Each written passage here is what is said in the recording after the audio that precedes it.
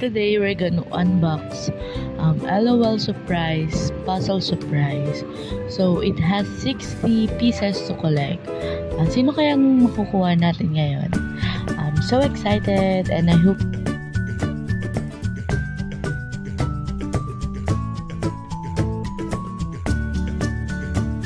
enjoying unwrapping. Super excited siya. As in, super excited siya. Favorito niya yung mga ganyan yung mga nagka-unwrap. So, let's see.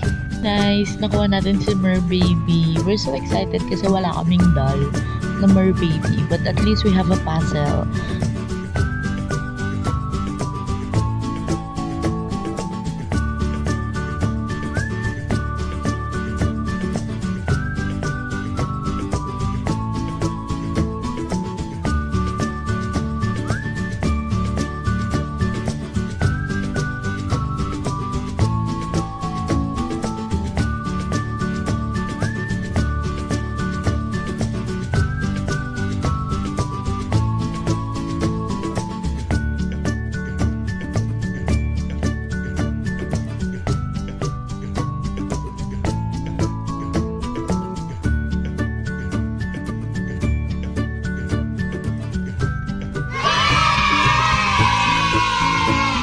So, after 10 minutes, natapos din namin siya.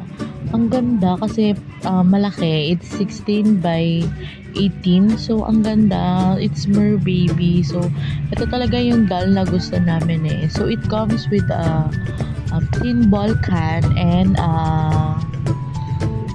collector's guide. So, ang ganda talaga. So, napagdesisyonan namin na i-frame na lang para maganda kasi para talaga siyang LOL dolls. Meron siyang mga accessories but in sticker way. So para ma-preserve yung sticker, lalagay na lang namin siya sa frame. Super worth it naman yung presyo niya.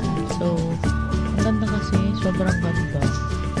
So guys, nakasabit na siya, naka-frame na. So ang ganda, sobrang ganda niya. So together with our favorite babies, VK Baby from Confetti Pop, Dawn and Baby